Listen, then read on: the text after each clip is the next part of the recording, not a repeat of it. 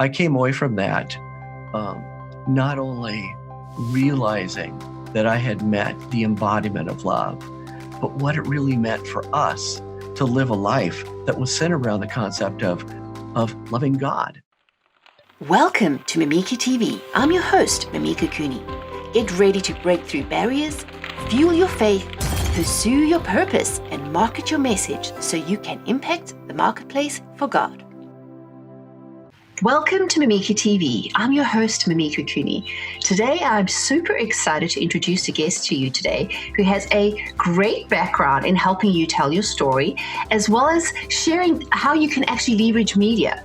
Now, Bo Dolan is the president and creative director of Spirit Media, a digital video marketing agency specializing in video production, live events and direction, webcasting, and marketing for profits and non-profit organizations. Bill has produced live events from 500 to 250,000 people, directed national and international broadcasts for millions of people, as well as Fortune 500 companies to global ministries.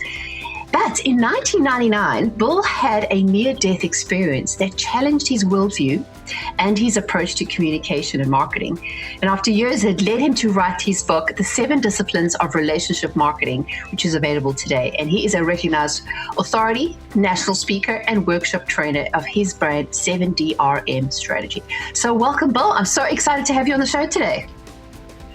Thanks, Mimika. It's exciting to be here and to meet not only a fellow author, but someone who comes from the entertainment and television Yes, industry. I tell you, we were talking about this before we hit record. Well, it's about production and getting things organized because, thank goodness this is not live TV. I did that, and that was heck scary, but it's okay. We just work with it. But I'm so excited to be able to chat to somebody like you who has the same background and you kind of know this thing, the importance of media, using marketing, storytelling, using books as a way of reaching people and telling your story. So before we get into some actionable content and to sharing, giving some strategies to our audience, let's dive into that story. I'm really curious to hear about. Tell everyone about that near-death experience and how that was like a life-changing event for you. Well, yeah, I'll give you a little context. To start with, as we discussed, I started out in television. In fact, I really grew up in television. I started when I was 20 years old, directing for the ABC affiliate in Portland, Oregon. And it was that world where I learned about advertising. I learned about marketing. I got to work with great, incredibly talented people. And it was that foundation that launched my business, Spirit Media. Now, I'd gotten to a point in around the 90s that I was producing a lot of large-scale entertainment, and I was working with big bands and big artists. But I got to fulfill a dream, and that was to produce my first documentary. And it was one that we funded ourselves, and it was a history documentary. And as you know, you can produce a lot of stuff, but not everybody watches it. It might not get distribution. And I got a call from a company in Nashville that said, "We'd like to distribute your product, and we'll write you an advance check for the rights to distribute it." And I said, "Oh my gosh, this is perfect." This was kind of a dream come true. And in many ways, it was like that fist bump, we've arrived moment type of thing. So as I prepared that morning, I remember rushing out with a friend of mine to hop on that plane to Nashville. It was like a morning like any other morning. Leaving Portland, Oregon around January is beautiful, especially on a clear day because you see Mount Hood. It's a snow-capped mountain. It's about 11,000 some feet. And it's just beautiful. It's just filled with hope. And I remember taking off and seeing the mountain as we started to head east. But about 20 minutes into the flight, I was feeling weird. Now, I fly all the time, so this was strange. And I tried to pretend that I was okay. But then I realized things were closing in on me. And I thought I was going to get really sick. So I turned to my friend Tim. I said, "Tim, something's not right." And that's the last thing I said. And my arms went limp. My eyes rolled back in my head and my heart stopped. Now, at first, Tim thought I was joking because I've been inclined to joke, but not the dead guy on a plane joke. It would be a new one for me. And he quickly recognized that something was wrong. And Tim didn't know CPR, but he knew about chest compression. So he began doing chest compressions. That didn't work. And then he drugged me in the aisle and did some more. And as Tim would put it, he was ready to just punch me in the chest. And he was going to break my ribs when I took a breath. Now, for Tim, the whole experience probably lasts 2, 3, maybe 4 minutes at most. But for me, I could have been gone 2 or 3 million years. Wow. Because the second my eyes rolled back in my head, I crossed the threshold from this dimension to the dimension of eternity. And in eternity, this is a wild one, but I recognize that in eternity, everything that ever has happened and everything that ever will happen has happened. Wow. And So it's kind of like understanding that yesterday, today, and tomorrow all in the same moment, right? Totally. The dimension of time is something that is limited to the space that we're in right now. It's not limiting in the dimension of eternity and where the divine dwells. So there's a lot that really unfold, way more than we have time to download. But it is really, is if like a laser beam went right through my head and I got it. I understood things that I had never understood before. The most important thing was that I came face to face with God. Now, not many people can say that, right? And like actually talk about that now, because just saying that, I'm sure you've probably got some people that give you strange looks, but this is something it's real, and you can say that this is. I can obviously from your book, it's totally changed the way you think about life now, right? Oh, it completely blew up the paradigm that not only I considered God, but life in general, and the reason we're here, and what we can do with our lives, and how we conduct our lives. That doesn't make it any easier to know. It doesn't. In fact, it's as hard as ever, but the peace and the joy and the excitement and the anticipation you have when you realize the bigger picture. And it isn't just kind of a thing that's out there, but it's real, it's tangible, and it's powerful. It changed my whole paradigm. And I came away from that not only realizing that I had met the embodiment of love, but what it really meant for us to live a life that was centered around the concept of loving God, loving ourselves, and truly loving others, not tolerating, loving. And what does that look like in our life, our spiritual life, our personal life, our family life? And what does it look like in our business life? Yeah, I mean, it's quite profound when you think about it, because we as human beings tend to put things in boxes if we can understand them in their own little paradigms. But when you're looking at it from a greater perspective, which is why I think it's so important that we have a bigger perspective to everything we do. And especially as believers, we know we are called to a higher purpose, that we know that there is, and you can categorically say there is something that we can look forward to when we get there.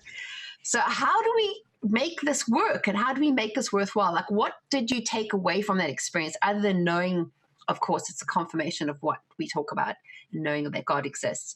How did that change your life when you came around? I mean, were there any side effects to your health? Like, do you have a recollection of things? What actually happened from there? Well, a couple things. One, just on the physiological side of it, a lot of people say, oh, you must have had a heart attack. And no, actually what ended up happening is I ended up having an emergency landing, which was checked that off my bucket list. I now had chartered a Boeing 737.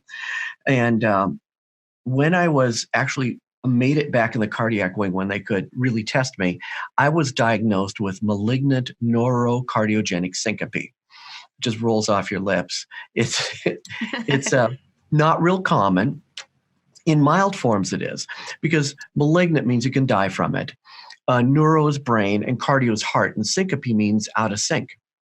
So what it essentially means is that my brain and my heart get out of sync, and it gets out of sync to a degree that my brain actually tells my heart to stop.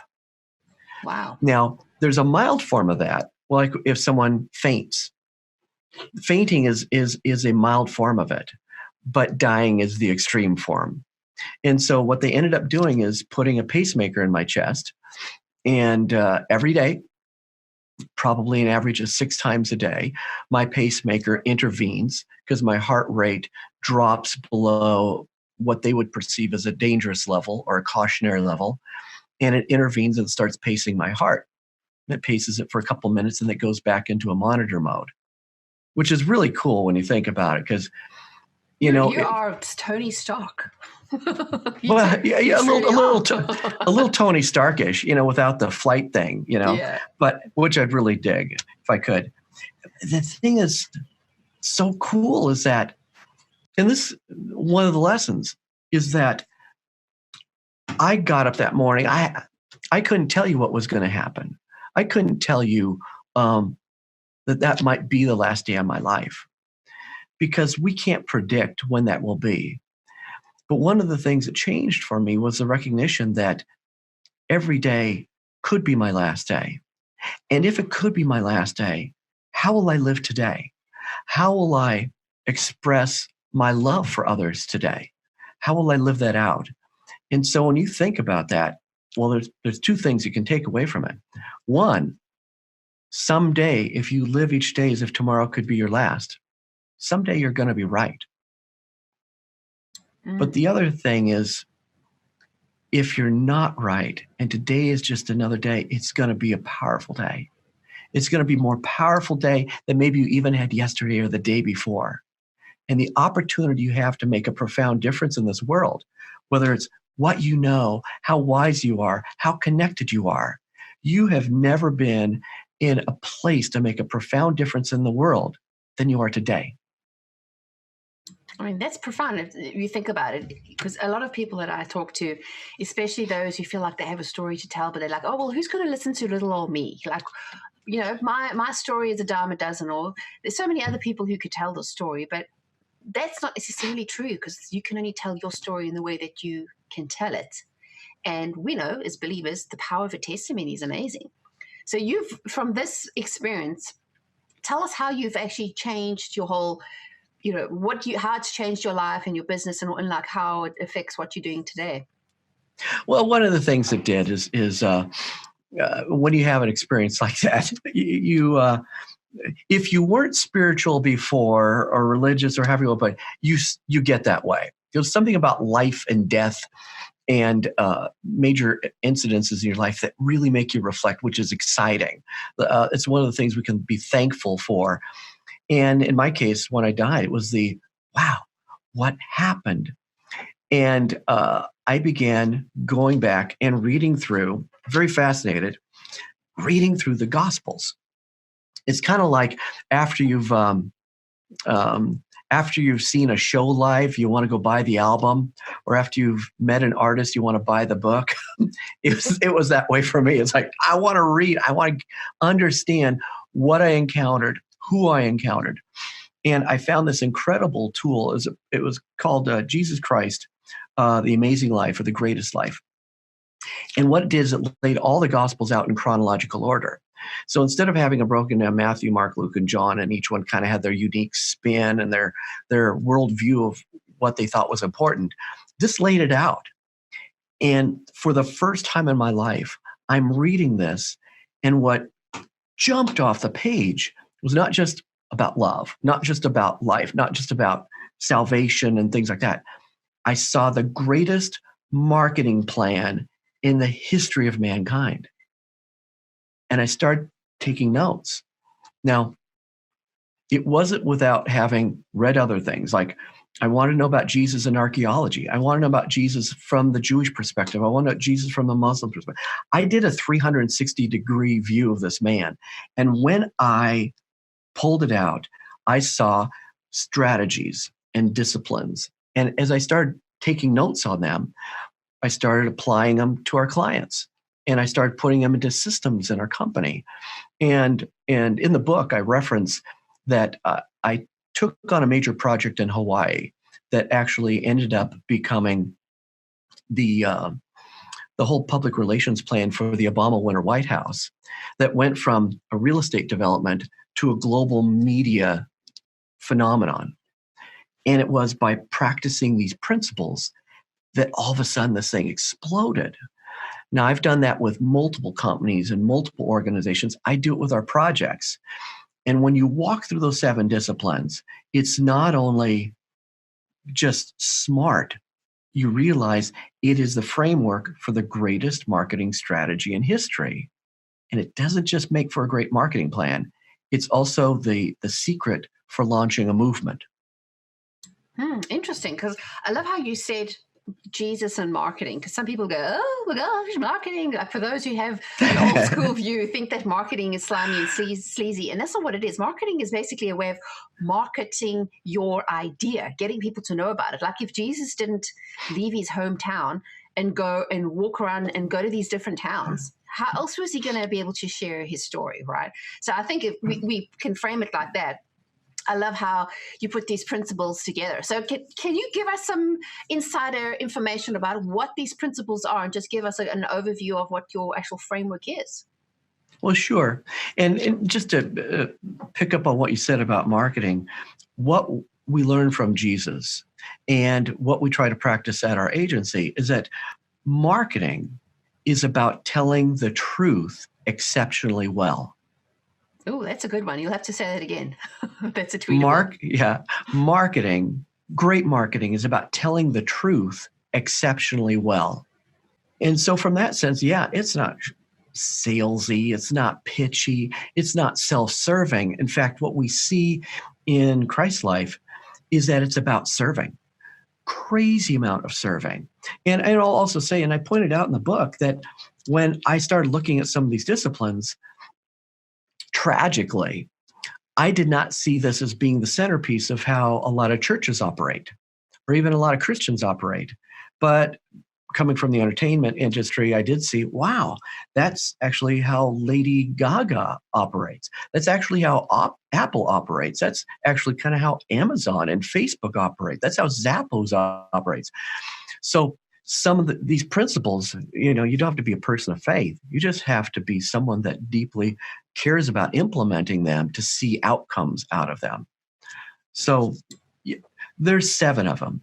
And just from the broadest, like the 360-degree view, the first principle, the first discipline is the discipline of mission. The second discipline is a discipline of market. The third discipline is a discipline of message. The fourth is about messengers. The fifth is about methodologies. And I'll point out in my workshops, when most people think of marketing, they jump to methodologies, they jump to tactics. It's the fifth discipline because it follows these 4 foundational disciplines. And then the sixth is metrics, measuring. And the 7th is like the secret sauce that covers them all. And that's multiplication, the power of multiplication. I love that. You totally speak in my language, because I'm a total marketing geek. When it talks about people like metrics, who wants to know that? Well, if you don't measure, you won't know, right? And the fact is that how you start with mission, I think, is super important. And this is something I'm a big believer to. And I'm always saying that people who know and follow me, knowing who you are and who you're serving is so important. Because then again, it comes back to that, serving people, marketing and providing a service. Because some people might think, when you create a business or a product or a book or whatever it is that you're creating, that when you come to sales, especially those who are perhaps not used to the idea of marketing, feel like putting marketing can feel like, especially for authors, let's use that example. A lot of like traditionally minded authors who come from that background of, I just want to stay in my writing closet, but I want my book to sell. But nothing sells itself, right? So how can we help our audience who are perhaps don't know marketing and who aren't into marketing like we are? We could talk about metrics and marketing and methodologies all day. And how, one thing to mention about that is, a lot of people ask me this too, is like, what methods should I use? Like, should I use Facebook or Instagram? That's not really the most important question, right? How can we help them put their idea? They have this big idea for a movement, or they want to launch a church or a ministry. They want to help. They want to help people. What would you say would be the first thing they should do? Well, I'd go back to mission again, but just addressing this idea of an author. I'm a first-time author. I've worked in television for many, many years. And so it's been easy to lift up other people and do major productions and do things for millions of people. That's easy. But to do it for yourself, it really challenges your perception of yourself. there's an old term used in the industry about imposter syndrome. And that what we often do is we compare our insides with other people's outsides. And we see the polish and we see the accomplishments of others. And then we look at ourselves and we realize we're broken. We're screwed up. We make mistakes. We recognize the backgrounds and the challenges we have every day and think, oh my gosh, that defines me. And to be able to break out of that and recognize that if have a business or you're an author or you're a ministry, that one of the lessons I learned was that your life isn't about you. Your life, in fact, every day is a precious gift that you get to give to others. And so when you think about that, about service and not about, oh, it's about me. And, when people say I need to sell books, yep, you probably need to make a few bucks. You need to keep a roof over your head. But if you have been given the gift of content or a product or service, and you really believe it'll make a difference in people's lives, start out with the clarity and the mindset that every human being desires to love and be loved. And your gift to them is an act of love.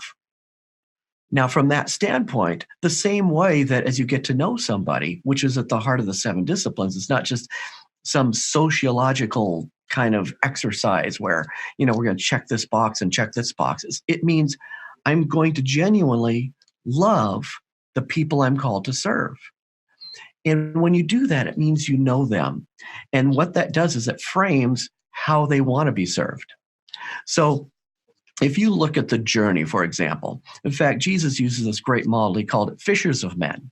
He looked to the guys on the boat and said, look, follow me and I'll make you fishers of men. Well, that's a perfect marketing model because you think about it. The first thing you have to ask is, what are you fishing for? That's kind of a market question. You might ask why you're fishing. That's a purposeful, missional question. Then you ask, well, what are they biting on? Well, that's really a messaging and maybe what tools you might use for that. And then you think, what's the journey to get them in the boat? Well, every buyer has a journey from awareness to buy-in. And that journey involves learning and understanding and embracing and ultimately buying in, but actually making the action.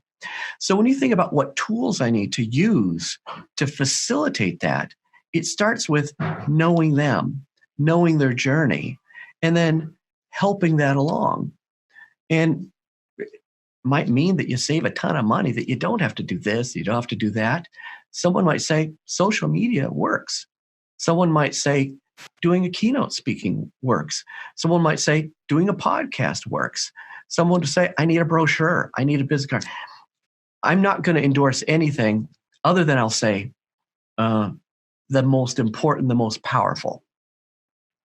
And the single most historically powerful methodology is word of mouth. But there's 3 kinds of word of mouth. And I talk about this in my book a little bit more in detail, but you think about it, there is what we call wow-wom. It's the word of mouth that compels people to talk about you. Is there something about you that's overwhelming or powerful or meaningful that goes, wow, this is really important. You got to hear this person. You got to buy this product or whatever it is. Then there's another one called wo-wom. And it's the word of mouth that is kind of negative, like sometimes in the news. In fact, watch the news any day, and there's some train wreck somewhere, whether it's psychological, political, physical, and people go, oh my gosh, did you hear about that? But there's a third kind of WOM, and it is the single most devastating red flag in every business.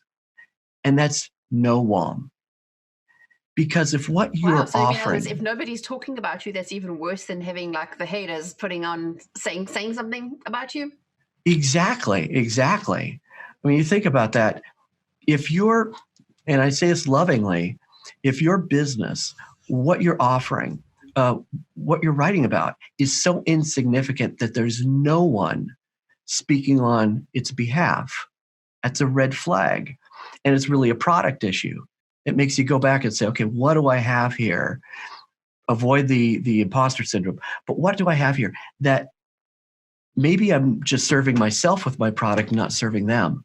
How can I serve you better? How can I love you better? How can I reach out to you better? But it really does. It starts from here. And then when you live it, watch things happen. So it really is just creating that relationship of love and coming from a place of service where you know it's not necessarily about your personal gain, but about what you can actually give. And it's amazing how it's the whole like concept of reciprocity. When you start giving things to people, things start coming your way. So I think that's a great way of framing what marketing really is. It's about putting, sharing what value you have and understanding the value you have is valuable. There is somebody, it might not be for everybody. And like you said, being polarizing is actually a good thing. You want the lovers and the haters. You don't want to be in the middle because then it's just blah and boring. Who wants to be vanilla, right? Yeah. No, you're absolutely right. And the thing is as you recognize your brand personality and your brand offering, guess what? It's when I was in high school, my mom taught me to bake cookies. And I recognized that I thought I made the best cookies in the world. But guess what? Not everybody liked my cookies.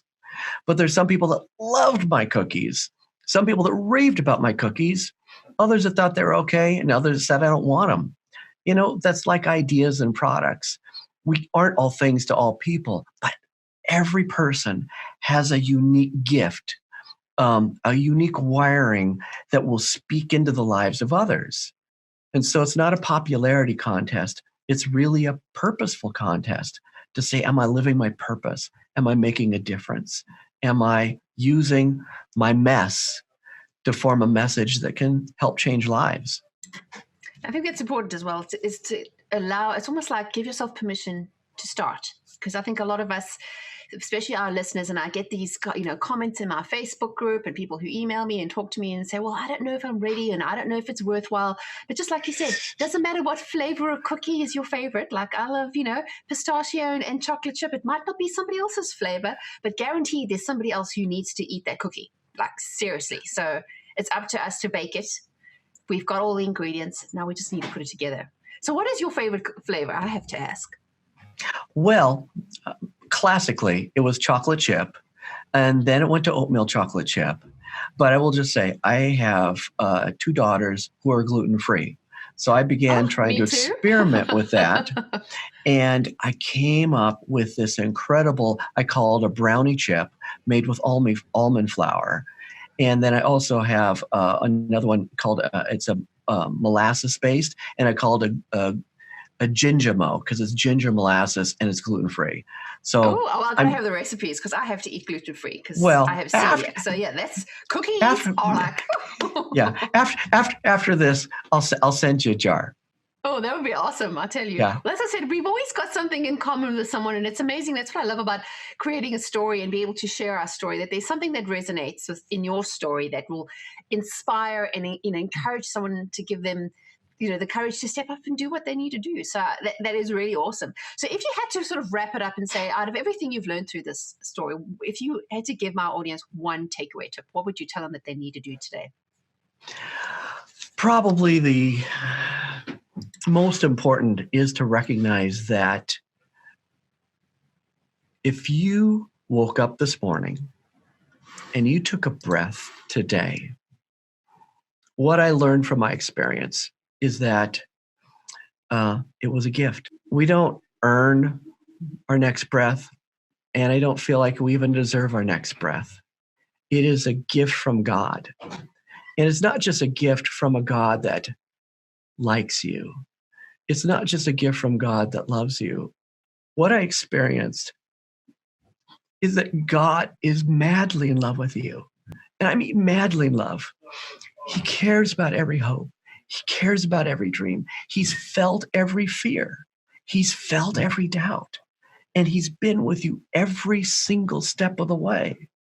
And the fact that you're given a breath today is not just a statement of, yes, I love you, and I'm madly in love with you, but he's got a purpose for you. There's a reason you're here. There are lives you're supposed to touch. There are places you're supposed to do, and an impact that you're supposed to make.